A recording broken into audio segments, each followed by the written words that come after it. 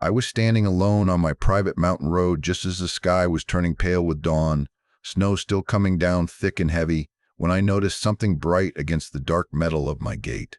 Someone had zip-tied a notice directly to it.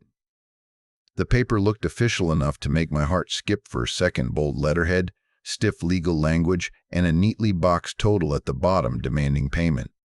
According to the Mountain Ridge Estates Homeowners Association, I owed them $520 for snow removal on what they called community access roads. I had to read that line twice. This wasn't a shared road. This wasn't an HOA road. I designed it, paid for it, built it, and maintained it myself. Every winter, I plowed it myself. I wasn't a member of their HOA, never had been, and never agreed to a single one of their rules. Then my eyes dropped to the bottom of the page, and that's when the disbelief turned into something colder. Bold letters spelled out the consequences if I didn't pay within 10 days late fees, liens against my property, and legal action. I actually laughed out loud at first, standing there in the snow, because the idea was so ridiculous. But the more I read it, the clearer it became that this wasn't a joke or a mistake. They were serious. Someone was trying to bully me into paying for work they never did, on land they didn't own, using fear and paperwork as a weapon, and deep down, I knew this letter wasn't the end of it. It was the opening move. If you want to hear more true stories like this, make sure you hit that subscribe button to HOA Update. And tell me in the comments, where are you watching from? At first, I tried to convince myself it was just a sloppy billing error. Maybe some new HOA clerk didn't understand the boundaries. Maybe they assumed every road on the ridge belonged to them. That's what I told myself as I folded the notice and slid it into my jacket pocket. I didn't feel angry yet. Mostly, I felt irritated in the same way you do when someone parks in your driveway by mistake. Annoying, but fixable. I've lived outside Frostpine Hollow for years now, far enough from town that you don't hear traffic, but close enough that I can get supplies when I need them. I bought my land specifically because it was outside any subdivision. No HOA, no committees, no monthly dues. Back when I purchased it, there was no road at all, just a steep, rocky cut through trees and snowdrifts. I paid surveyors, filed permits, hired equipment, and built that gravel road myself. Every foot of it is recorded with the county. Every winter, I plow it myself before dawn, same as I did that morning. Silvercrest Estates sits downhill from me, a neat little cluster of identical houses with paved streets and decorative streetlights. Their HOA has always had a reputation. Nothing criminal, just petty fines, strict rules, and an obsession with control. I'd kept my distance from them on purpose. For years, there was no interaction at all. That's why this notice felt so wrong. Later that morning, once the sun was fully up, I decided to deal with it directly. I drove down to the Silvercrest HOA office, the folded notice still on my dashboard, like a bad smell I couldn't ignore. The building itself was exactly what you'd expect. Stone facade, big glass doors, and a sign out front bragging about community standards. Inside, everything smelled like coffee and printer ink. The receptionist barely looked up when I gave my name and explained why I was there. She pointed me toward a small conference room and said the HOA president would be with me shortly. I didn't have to wait long. Denise Holloway walked in with a clipboard tucked under her arm and a tight smile already on her face. She was polite at first, the kind of polite that feels rehearsed. I explained calmly that I'd received a snow removal bill by mistake and that my property wasn't part of Silvercrest Estates. She nodded while I talked, but her eyes never softened. When I finished, she flipped a page on her clipboard and said, "Well, our records show your road provides access through the community." I told her that wasn't true. I pulled out printed parcel maps I'd brought with me, clearly showing my road and property sitting outside their boundary lines. I expected that to end it. Instead, she barely glanced at the papers. "Those maps are outdated," she said flatly. "The HOA maintains infrastructure in the area, and you benefit from that." I remember blinking at her, genuinely confused. You've never plowed my road. You've never maintained it. I don't even connect to your streets," she sighed, like I was the difficult one. "You live adjacent to the community. That comes with shared responsibility." That was the moment irritation turned into something sharper. I told her again, slowly, that I was not part of the HOA and never agreed to any shared responsibility. She leaned back in her chair and folded her arms. "Look," she said, "people try to avoid paying all the time. This isn't new." That sentence stuck with me. Not because it was threatening, but because it revealed her mindset. In her eyes, I wasn't a homeowner with legal boundaries. I was someone trying to dodge authority. I stood up, gathered my maps, and told her she was mistaken. I said I wouldn't be paying for services I never received. Her smile disappeared completely. "We'll follow our process," she said. "Failure to comply will result in escalation." I walked out of that office with my jaw clenched, the feeling in my gut heavier than before. On the drive back up the mountain, I kept replaying the conversation in my head. She hadn't sounded confused. She hadn't sounded uncertain. She sounded confident. Entitled. 3 days later, another envelope arrived in my mailbox. This one wasn't zip-tied to the gate. It was mailed, stamped, and marked urgent. The amount had gone up. Late fees already added. The language was harsher now, shorter deadlines, firmer threats. It warned of immediate legal action if payment wasn't received.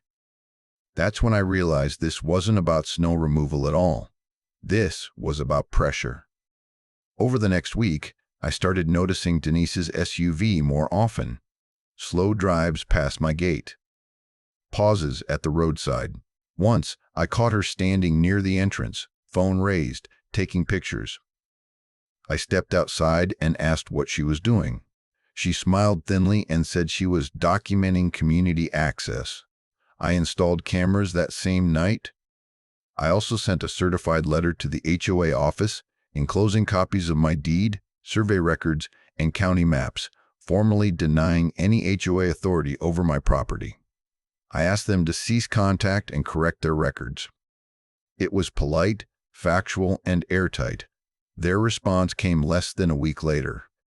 This time, it wasn't from Denise.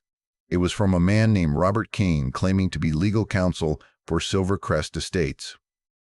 The letterhead looked even more official than the last. Inside was a new map I had never seen before. According to this one, my road sat inside a shaded area labeled HOA Service Zone. My hands actually shook when I unfolded it. I knew that map was wrong. I also knew something far worse than a billing error was happening. Someone was trying to redraw boundaries on paper to make them real. And if I didn't stop it now, this wasn't going to end with snow fees. It was going to end with a fight. The map sat on my kitchen table for a long time before I touched it again. At first glance, it looked convincing, clean lines, professional formatting, even a seal in the corner that suggested some kind of authority. But the longer I stared at it, the more wrong it felt. The shaded area labeled HOA Service Zone swallowed my road completely, as if it had always belonged to Silvercrest Estates. I knew every curve of that road. I knew exactly where the boundary stakes were buried under snow and dirt. This wasn't a mistake. This was fiction printed with confidence. The letter that came with it was worse. Robert Kane wrote in calm, measured language, the kind that sounds reasonable until you realize it's designed to intimidate. He claimed the HOA had the right to assess fees for maintenance on any road that functionally served the community. If I failed to comply, he warned, the HOA would pursue liens and legal remedies without further notice. There was no invitation to discuss, no acknowledgement of my documents. Just pressure. That night, I barely slept. Not because I was scared of court, but because I understood what they were trying to do. If they could make this official enough, intimidating enough, I'd eventually give in just to make it stop. And once I paid, once I accepted their authority even once, the line would be crossed forever. The next morning, I drove straight to the county clerk's office. Evelyn Ross had worked there longer than I'd lived in Frostpine Hollow. Her office smelled faintly of old paper and lemon cleaner, and the walls were lined with framed plats and surveys going back decades. I laid the HOA map on her desk without saying a word. She adjusted her glasses, studied it for less than a minute, and then looked up at me. "Where did you get this?" she asked. I told her. She shook her head slowly. "This was never filed here," she said. "No amendment, no service zone, no boundary change. If it's not recorded, it doesn't exist." That sentence hit me like a breath of fresh air. Evelyn pulled up the official county records on her computer and printed everything: original surveys, deeds, access permits.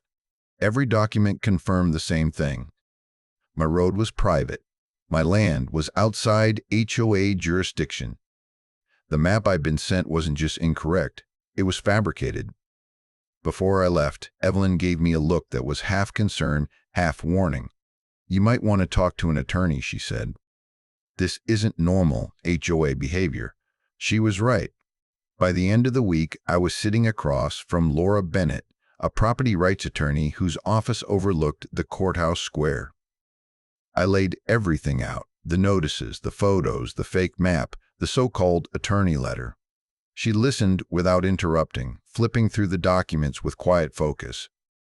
When she reached the letter from Robert Kane, she paused. "Do you know this man?" she asked. "No," I said, "but he claims to represent the HOA." She typed his name into her computer, frowned, and tried again. Then she looked back at me.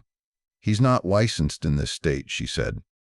"Not active, not inactive, not inactive." Not at all. That was the moment the situation crossed a line in my mind. This wasn't aggressive enforcement. This was deception. Laura explained that impersonating legal authority and fabricating maps could carry serious consequences, especially if used to threaten property owners. "We don't just respond," she said. "We document, and we push back." At her suggestion, I installed additional trail cameras along my road and gate. Within days, they paid for themselves. One night, just after midnight, two figures appeared on the footage. They approached my locked gate with bolt cutters, clearly visible under their jackets. They tried the lock twice before giving up and walking away. One of them turned just long enough for the camera to catch the reflective badge clipped to his coat. Silvercrest Estates. I filed a police report the next morning. The sheriff didn't overreact, but he didn't brush it off either. Trespass is trespass, especially when tools are involved.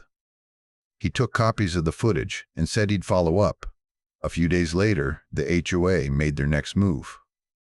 I was served with a civil claim for unpaid dues and services rendered. They were officially taking me to court over snow removal on a road they had never touched. Laura smiled when she read it. "This forces discovery," she said. They just made a mistake. That mistake cracked everything open. During discovery, the HOA was required to submit internal records related to my property.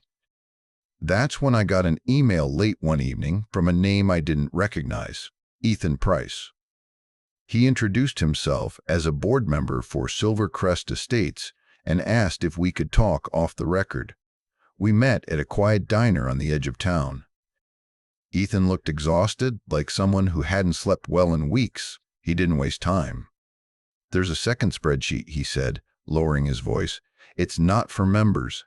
He explained that the HOA tracked something they called external revenue opportunities, properties near the subdivision but outside the boundary, snow fees, maintenance assessments, pressure until payment. My name was on that list, along with several others. Denise said it was harmless, he told me, that most people just pay. I recorded the conversation with his consent. By the time I got home that night, I wasn't angry anymore. I was focused. Because now I understood the pattern. This wasn't about me. I was just the wrong target, the one who didn't fold. And I wasn't done yet. By the time everything came to a head, the snow had stopped falling, but the tension hadn't. It felt like the entire situation was holding its breath. Discovery moved faster than I expected. Once the HOA was forced to turn over internal records, things unraveled quickly. Laura reviewed every document line by line, and the pattern became impossible to ignore. Internal emails showed Denise Holloway openly discussing how non-member properties near the ridge could be pressured into paying fees. Snow removal was just the easiest excuse. It sounded harmless on paper. In reality, it was intimidation dressed up as governance. The police investigation didn't stay quiet either. The sheriff identified the two men from my trail camera footage as contractors regularly used by Silvercrest Estates. When questioned, they admitted they were told to check access to my road. Bolt cutters don't check access. They break it. That detail mattered more than Denise realized. Then Robert Kane disappeared. Emails bounced back. Phone calls went unanswered. Laura filed a formal complaint with the state regarding his false representation as legal counsel. Within days, the judge overseeing the civil claim issued an order demanding clarification of the HOA's legal authority and representation. Denise showed up to that hearing without Kane and without answers. The courtroom felt different that day. Less smug, less confident. Denise tried to frame everything as a misunderstanding, saying the HOA acted in good faith. Laura didn't raise her voice when she responded. She simply laid out the evidence-certified county maps, recorded deeds, the fabricated service zone, the unlicensed legal threats, and the internal spreadsheet tracking out-of-boundary revenue. The judge didn't interrupt once. When Ethan testified, the room went quiet. He confirmed the second ledger existed and that Denise personally directed its use. He admitted he'd raised concerns and been ignored. Two other homeowners from outside the HOA boundaries came forward as well, each with similar snow removal bills and threats. Suddenly, my case wasn't isolated. It was a pattern. The judge dismissed the HOA's claim with prejudice. That meant they couldn't refile it. He also referred the matter to the county prosecutor for review, citing potential fraud and misrepresentation. Denise didn't look at me when the ruling came down. She stared straight ahead, jaw tight, hands clenched. After that, everything collapsed fast. The HOA board called an emergency meeting. Denise resigned before she could be removed. Residents demanded audits. When they learned how dues were being used and how far Denise had gone to expand control, outrage spread through the community. Within months, Silvercrest Estates voted to dissolve the HOA entirely and transition to voluntary maintenance agreements.